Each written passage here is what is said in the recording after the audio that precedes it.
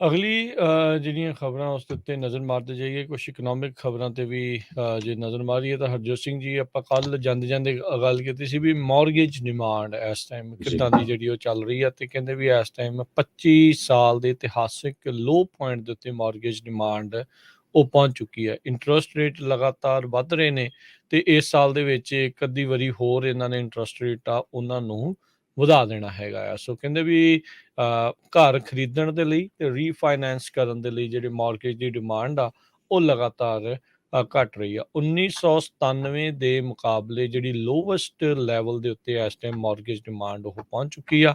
Mortgage bankers association ਆ, ਉਹਨਾਂ ਨੇ ਅੱਜ ਇਹ ਜਾਣਕਾਰੀਆਂ ਦਿੱਤੀਆਂ ਆ। ਸੋ ਕਹਿੰਦੇ ਵੀ ਜਿਹੜੇ ਬੋਰੋਵਰਸ ਇਸ ਟਾਈਮ ਇਹ ਰੀਫਾਈਨੈਂਸਿੰਗ ਤੋਂ ਬੈਨੀਫਿਟ ਲੈ ਸਕਦੇ ਸੀ, ਉਹ ਵੀ ਰਿਕਾਰਡ ਤੋੜ ਲੋ ਦੇ ਉੱਤੇ ਪਹੁੰਚ ਚੁੱਕਾ ਆ। ਇਸ ਹਫਤੇ ਦੇ ਵਿੱਚ ਹੋਮ ਬਾਇਰਸ ਦੀ ਜਿਹੜੀ ਡਿਮਾਂਡ ਮੌਰਗੇਜ ਦੇ ਲਈ ਉਹ 4% ਹੋਰ ਘਟੀ ਆ, ਤੇ ਜੇ ਦੇਖਿਆ ਜਾਵੇ ਪਿਛਲੇ ਸਾਲ ਦੇ ਮੁਕਾਬਲੇ ਉਸ ਦੇ ਨਾਲੋਂ 38% ਘੱਟ ਹੈਗੀ ਆ।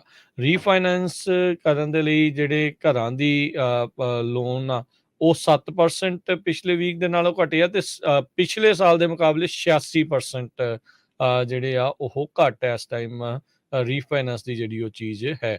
ਸੋ ਐਵਰੇਜ ਜਿਹੜੇ ਇੰਟਰਸਟ ਰੇਟ 30 ਈਅਰ ਫਿਕਸਡ ਦੇ ਲਈ ਆ, ਕਨਫੋਰਮਿੰਗ ਲੋਨ ਦੇ ਲਈ ਜਿਹੜੇ 6,47,200 ਜਾਂ ਉਸ ਤੋਂ ਘੱਟ ਦੇ ਲਈ ਆ, ਉਹਨਾਂ ਦਾ ਪ੍ਰਾਈਸ ਤਕਰੀਬਨ 7% ਜਿਹੜਾ ਹੋ ਗਿਆ 6.94% ਦੇ ਉੱਤੇ ਪਹੁੰਚ ਗਿਆ, ਤੇ ਜਿਹੜੇ ਪੁਆਇੰਟਸ ਉਹ 0.97 ਤੋਂ ਡਿਕਰੀਜ਼ ਕਰਕੇ 0.95 ਦੇ ਉੱਤੇ ਜਿਹੜੇ ਉਹ ਆ ਗਏ। 20% ਡਾਊਨ ਪੇਮੈਂਟ ਦੇ ਨਾਲ ਜਿਹੜੀ ਗੱਲ ਆ ਉਹ ਕਰ ਰਹੇ ਆ।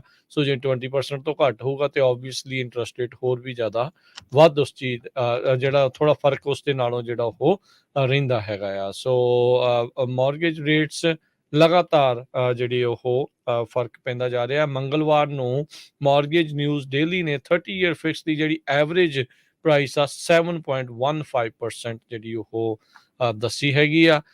ਬਾਇਰ ਡਿਮਾਂਡ ਘਟਣ ਦੇ ਕਰਕੇ ਜਿਹੜਾ ਹੋਮ ਬਿਲਡਰ ਸੈਂਟੀਮੈਂਟ ਆ ਉਹਦੇ ਵਿੱਚ ਵੀ ਜਿਹੜੀ ਗਿਰਾਵਟ ਆ ਉਹ ਦਰਜ ਹੋਈ ਆ। ਕਹਿੰਦੇ ਵੀ ਬਿਲਡਰ ਸੈਂਟੀਮੈਂਟ ਇਸ ਮੌਕੇ ਨੈਗੇਟਿਵ ਰੇਂਜ ਦੇ ਵਿੱਚ ਪਹੁੰਚ ਚੁੱਕਾ ਹੋਇਆ ਆ। 6 ਮਹੀਨੇ ਪਹਿਲਾਂ ਦੇ ਨਾਲੋਂ ਜਿਹੜਾ ਉਹ ਇੰਨਾ ਜ਼ਿਆਦਾ ਜਿਹੜਾ ਇਸ ਟਾਈਮ ਉਹ ਘਟ ਚੁੱਕਾ ਹੈ। ਸੋ ਮੌਰਗੇਜ ਨੂੰ ਲੈ ਕੇ ਹਰਜੋਤ ਸਿੰਘ ਜੀ ਇਸ ਟਾਈਮ ਲੋਕ ਇੱਕ ਹਿਸਾਬ ਦੇ ਨਾਲ ਹੱਥ ਉਹਨਾਂ ਨੇ ਪਿੱਛੇ ਹੀ ਜਿਹੜੇ ਖਿੱਚ ਕੇ ਰੱਖੇ ਹੈਗੇ ਨੇ। ਨਵੇਂ ਬਿਲਡਰਸ ਆ ਜੋ ਬੜੀ ਤੇਜ਼ੀ ਦੇ ਨਾਲ ਕੀਮਤਾਂ ਘਰਾਂ ਦੀਆਂ ਘਟਾ ਰਹੇ ਹੈਗੇ ਆ। ਕਈ ਸਟੇਟਸ ਦਾ ਮੈਂ ਦੇਖਦਾ ਸੀ 30% ਤੱਕ ਵੀ ਜਿਹੜੀਆਂ ਆ ਨਵੇਂ ਘਰਾਂ ਦੀਆਂ ਪ੍ਰਾਈਸਿਸ ਘਟਾ ਦਿੱਤੀਆਂ ਉਹਨਾਂ ਨੇ।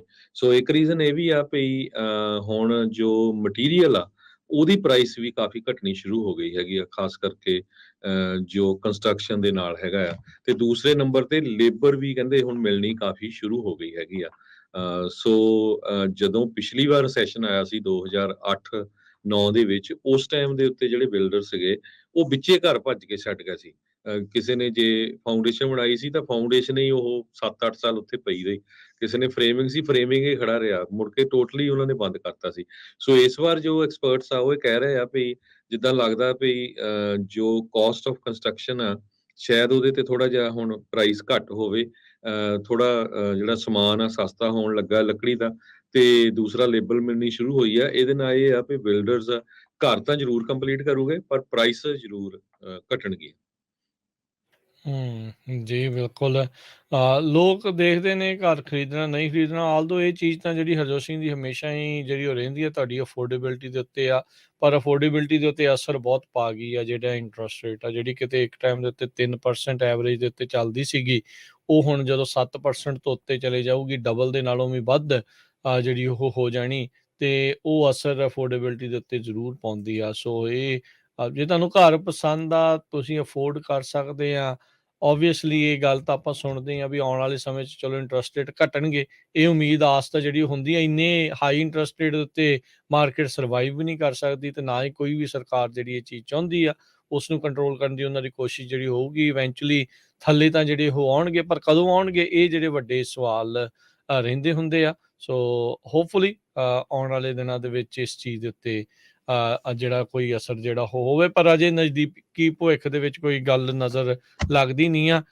ਇਹ ਮਹਿੰਗਾਈ ਦੀ ਮਾਰ, ਰਿਸੈਸ਼ਨ ਇਹ 2023 ਦੇ ਵਿੱਚ ਇਹੀ ਕੁਛ ਹੀ ਜਿਹੜਾ ਉਹ ਚੱਲਦਾ ਰਹਿਣਾ। 2022 ਤਾਂ ਤਕਰੀਬਨ ਜਿਹੜਾ ਹੁਣ ਨਿਕਲ ਗਿਆ, ਅਗਲੇ ਸਾਲ 2 ਸਾਲ ਦੇ ਵਿੱਚ ਇਹੀ ਜਿਹੜੀ ਸਥਿਤੀ ਹੈ। ਯੂਰਪੀਅਨ ਸੰਘ ਦੇ ਵਿੱਚ ਹਰਜੋਤ ਸਿੰਘ ਜੀ ਇਸ ਮੌਕੇ 10% ਤੋਂ ਵੱਧ ਇਨਫਲੇਸ਼ਨ ਜਿਹੜੀ ਹੈਗੀ, ਜਿਹੜੀ ਅਮਰੀਕਾ ਦੇ ਵਿੱਚ 8% ਤੋਂ 8.2% ਦੇ ਉੱਤੇ ਜਿਹੜੀ ਉਹ ਚੱਲ ਰਹੀ ਹੈਗੀ ਆ। ਆਪਣੇ ਗੁਆਂਢੀ ਮੁਲਕ ਕੈਨੇਡਾ 'ਚ ਵੀ ਵਧੀ ਆ, 6.9% ਦੇ ਕਰੀਬ ਆ। ਸੋ ਸਾਰੇ ਪਾਸੇ ਤੇ ਜਿਸ ਤਰ੍ਹਾਂ ਤੁਸੀਂ ਇੰਟਰਸਟ ਦੀ ਗੱਲ ਕਰਦੇ ਸੀ, ਫੈਡਰਲ ਰਿਜ਼ਰਵ ਬੋਰਡ ਕਹਿੰਦੇ ਭਈ ਕਾਫੀ ਅਗਰੈਸਿਵ ਹੋਣ ਜਾ ਰਿਹਾ।